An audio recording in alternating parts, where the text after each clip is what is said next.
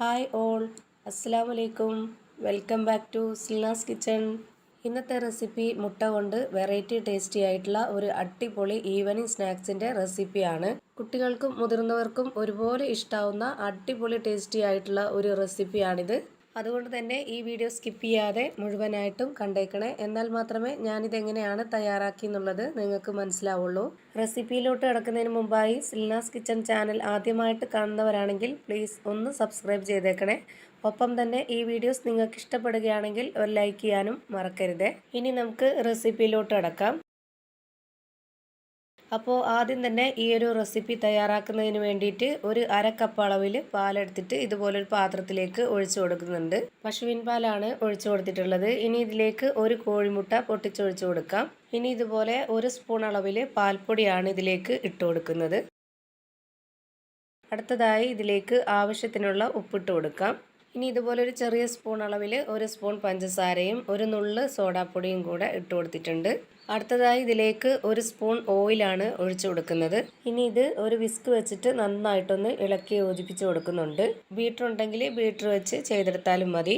ഇത് നന്നായിട്ട് മിക്സായി കിട്ടിയാലേ നമ്മൾ ഉണ്ടാക്കിയെടുക്കുന്ന ആ ഒരു പലഹാരം കറക്റ്റ് ഒരു പരുവത്തിൽ കിട്ടുള്ളൂ. ഞാനിപ്പോൾ ഈ ഒരു വിസ്ക് വെച്ചിട്ട് നന്നായിട്ട് ബീറ്റ് ചെയ്തെടുത്തിട്ടുണ്ട്. ഇനി ഇതിലേക്ക് വേണ്ടത് മൈദയാണ്. ഞാനിപ്പോൾ ഇവിടെ 250 ml കപ്പിൻ്റെ അളവിൽ 2 കപ്പ് നിറയെ മൈദ എടുത്തിട്ടുണ്ട്.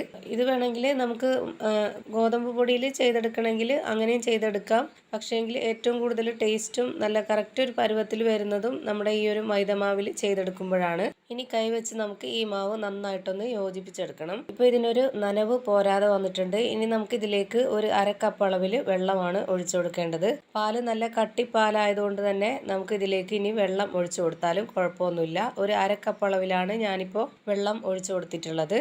സാധാരണ നമ്മൾ മൈദാമാവ് കുഴച്ചെടുക്കുന്ന രീതിയിൽ നല്ല ടൈറ്റ് ആക്കിയിട്ട് കുഴച്ചെടുക്കേണ്ട ആവശ്യമില്ല. കുറച്ച് ലൂസായിട്ടാണ് ഈ മാവ് കുഴച്ച് റെഡിയാക്കിയിട്ട് എടുക്കേണ്ടത്.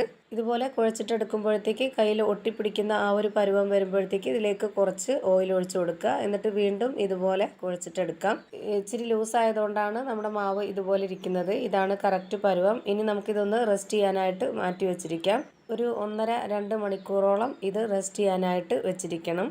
ഇനി അടുത്തതായിട്ട് ഇതിലേക്ക് വേണ്ടത് ഉരുളക്കിഴങ്ങാണ്. അപ്പോൾ അതിനായിട്ട് ഞാൻ 2 ഉരുളക്കിഴങ്ങ് ഇവിടെ കുക്കറിൽ വേവിച്ചതിന് ശേഷം തൊലിയൊക്കെ കളഞ്ഞെടുത്തിട്ടുണ്ട്. ഇനി ഇത് നന്നായിട്ടൊന്ന് ഇതുപോലെ ഒരു ഫോർക്ക് സ്പൂൺ വെച്ചിട്ട് ഉടച്ചെടുക്കാവുന്നതാണ്. അപ്പോൾ ഞാനിതാ ഇതുപോലെ 2 ഉരുളക്കിഴങ്ങും നന്നായിട്ട് ഉടച്ചെടുത്തിട്ടുണ്ട്. ഇനി ഇതിലേക്ക് വേണ്ടത് മുട്ടയാണ്. ഞാനൊരു 5 കോഴിമുട്ടയാണ് ഇതിലേക്ക് പൊട്ടിച്ചൊഴിച്ചു കൊടുക്കുന്നത്.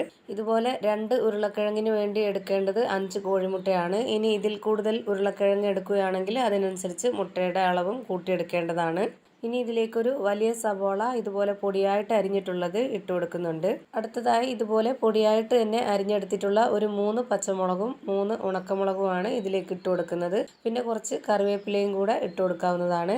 ഇനി ഇതിലേക്കൊരു 1/4 സ്പൂൺ ഗരം മസാലപ്പൊടിയും ഒരു 1/2 സ്പൂൺ അളവിൽ കുരുമുളക് പൊടിയും ഇട്ട് കൊടുക്കാം. പിന്നെ ഇതിലേക്ക് ആവശ്യത്തിനുള്ള ഉപ്പും കൂടെ ചേർത്ത് കൊടുത്തിട്ട് ഇത് നന്നായിട്ടൊന്ന് ഇളക്കി യോജിപ്പിച്ച് കൊടുക്കാം. ഇതിലേക്ക് ഇനി വേറെ മുളക് പൊടി, മഞ്ഞൾപ്പൊടി, പെരുംജീരകപ്പൊടി അങ്ങനെ ഒന്നും ഇട്ട് കൊടുക്കുന്നില്ല. ഇത് ഇട്ട് കൊടുക്കുമ്പോൾ തന്നെ ഇതിന് അത്യാവശ്യത്തിന് നല്ല എരിവും നല്ലൊരു ടേസ്റ്റും കിട്ടുന്നുണ്ട്. ഇനി വേണമെന്നുള്ളവർക്ക് ചേർത്ത് കൊടുക്കാം, കുഴപ്പമൊന്നുമില്ല.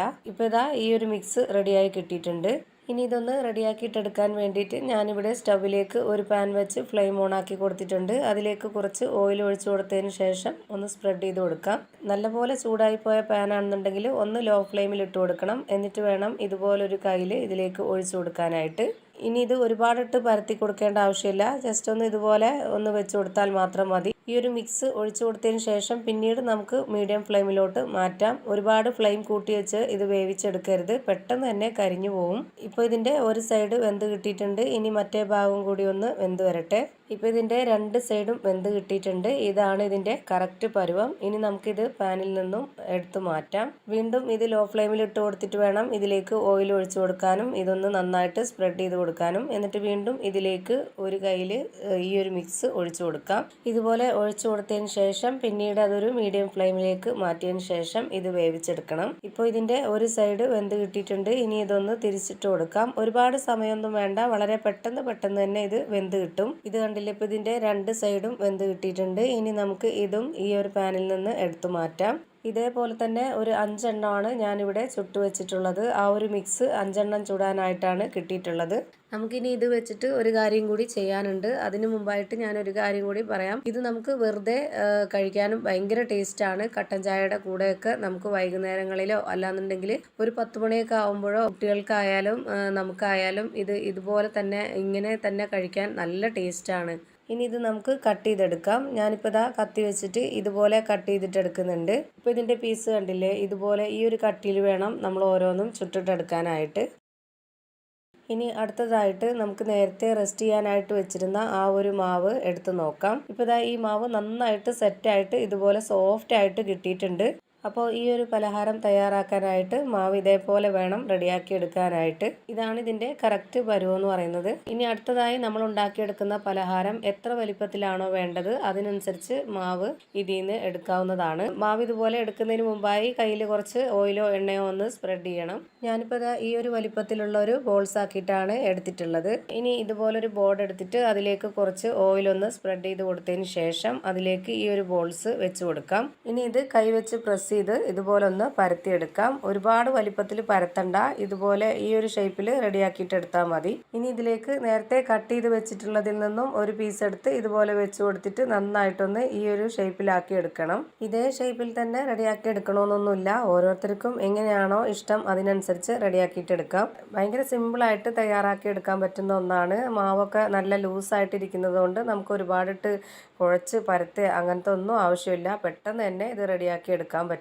അപ്പോൾ ഞാനിപ്പോൾ ഇത് ഈ ഒരു ഷേപ്പിൽ റെഡിയാക്കി എടുത്തിട്ടുണ്ട്. ഇനി ഇതേപോലെ തന്നെ എല്ലാ മാവിലും ചെയ്തിട്ടെടുക്കുന്നുണ്ട്. ഇതുപോലെ മാവ് തയ്യാറാക്കിയതിന് ശേഷം ഈ ഒരു പീസ് വെച്ച് കൊടുത്തിട്ട് ഈ എണ്ണയിലിട്ട് ഫ്രൈ ചെയ്തെടുത്ത് കഴിക്കുമ്പോഴത്തേക്ക് ഒരു പ്രത്യേക ടേസ്റ്റാണ്. തീർച്ചയായിട്ടും നമ്മുടെ വീട്ടിൽ വരുന്ന ഗസ്റ്റുകൾക്കൊക്കെ കൊടുക്കാൻ പറ്റിയ ഒരു വെറൈറ്റി സ്നാക്സ് തന്നെയാണ്. അപ്പോൾ ഞാനിതാ ഇതേപോലെ റെഡിയാക്കി എടുത്തിട്ടുള്ളത് ഇനി ചൂടായ എണ്ണയിലേക്ക് ഇട്ടൊന്ന് ഫ്രൈ ചെയ്തെടുക്കുന്നുണ്ട്. ഫ്ലെയിം കൂട്ടി വെക്കരുത്, വെച്ച് കഴിഞ്ഞാൽ ഇത് പുറമെ പെട്ടെന്ന് തന്നെ കരിഞ്ഞിട്ട് അകമൊന്നും വേവാതെ പോവും. അതുകൊണ്ട് ലോ ടു മീഡിയം ഫ്ലെയിമിലിട്ടിട്ട് വേണം ഇത് വേവിച്ചെടുക്കാനായിട്ട്. പിന്നെ നമ്മൾ ഇതിന് മുകളിലേക്ക് ഇതുപോലെ എണ്ണ കോരി ഒഴിച്ചു കൊടുക്കുകയാണെന്നുണ്ടെങ്കിൽ നന്നായിട്ട് ഈ ഒരു പലഹാരം പൊങ്ങി വരും. അപ്പോൾ ഇത് കാണാനും തന്നെ നല്ല ഭംഗിയായിരിക്കും, അതുപോലെ കഴിക്കാനും നല്ല സോഫ്റ്റായിട്ട് നല്ല അടിപൊളി ഒരു പലഹാരമായിട്ട് കിട്ടും. ഇതിൻ്റെ പുറമേ നല്ല ക്രിസ്പി ആയിട്ടാണ് ഇരിക്കുക, അകം നല്ല സോഫ്റ്റ് ആയിട്ടിരിക്കും. ഇപ്പോൾ ഞാൻ ഈ ഒരു പലഹാരം തിരിച്ചും മറിച്ചും ഇട്ട് കൊടുത്ത് നന്നായിട്ട് വേവിച്ചെടുത്തിട്ടുണ്ട്. ഇനി നമുക്കിത് എണ്ണയിൽ നിന്ന് കോരി മാറ്റാം. ഇതധികം എണ്ണയൊന്നും കുടിക്കാത്ത നല്ലൊരു പലഹാരമാണ്. അപ്പോൾ ഇതേപോലെ തന്നെ ഞാനിവിടെ എല്ലാം തന്നെ ഫ്രൈ ചെയ്ത് മാറ്റിയിട്ടുണ്ട്. ഇപ്പോൾ ഇത് കാണുമ്പോൾ തന്നെ നിങ്ങൾക്ക് മനസ്സിലായിട്ടുണ്ടാവും എത്ര നന്നായിട്ടാണ് റെഡിയായി കിട്ടിയിട്ടുള്ളതെന്ന്. ഇനി ഇതിൻ്റെ അകം എങ്ങനെയാണ് ഇരിക്കുന്നതെന്നുള്ളത് ഇതുപോലെ ഒന്ന് പൊട്ടിച്ച് കാണിച്ചു തരാം. അപ്പോൾ മുട്ട വെച്ചിട്ടുള്ള വെറൈറ്റി ടേസ്റ്റി ആയിട്ടുള്ള ഒരു അടിപൊളി പലഹാരം റെഡിയായി കിട്ടിയിട്ടുണ്ട്. ഇത്രയേ ഉള്ളൂ ഇന്നത്തെ വീഡിയോ ഇഷ്ടമായാൽ ലൈക്ക് ചെയ്യാനും കമൻറ്റ് ചെയ്യാനും ഷെയർ ചെയ്യാനും മറക്കരുത്. പുതിയ ഒരു വീഡിയോയുമായി വീണ്ടും വരും. Thank you for watching.